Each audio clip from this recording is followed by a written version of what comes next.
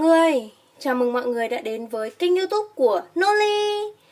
Trong series móc len đơn giản lần này, Noli sẽ giới thiệu cho mọi người các dụng cụ cơ bản nhất để chuẩn bị cho việc móc len.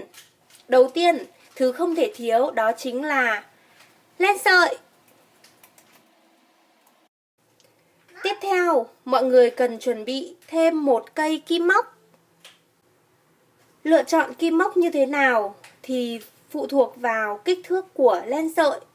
Với sợi len nhỏ, mọi người lựa chọn kim móc lớn hơn kích thước của sợi từ 0,5 đến 1mm.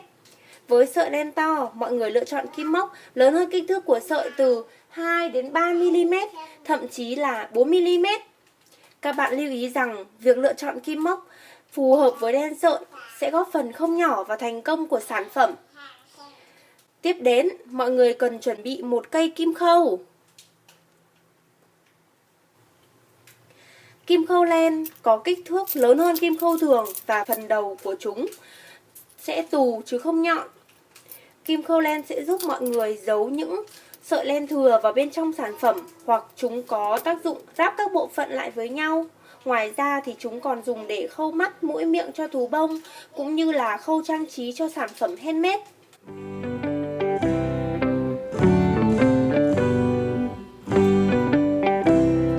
Một thứ không thể thiếu nữa, đó chính là cái đánh dấu. Noli hay sử dụng cái đánh dấu hình kim băng để đánh dấu mũi đầu tiên của một hàng, một vòng. Như vậy, khi móc theo công thức, mọi người sẽ biết được bao giờ mình sẽ móc hết hàng và tránh tình trạng bỏ quên mũi móc. Kế đến là ghim định vị. Tác dụng chính của chúng là để ghim các bộ phận lại với nhau hoặc định vị các điểm trên sản phẩm.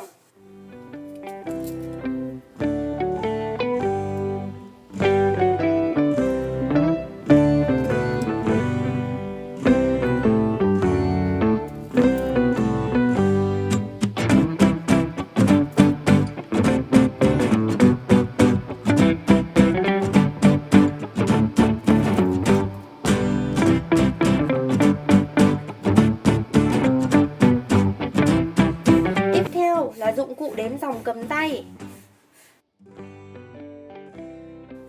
Dụng cụ này cực kỳ hữu ích với các bạn mới bắt đầu móc theo công thức.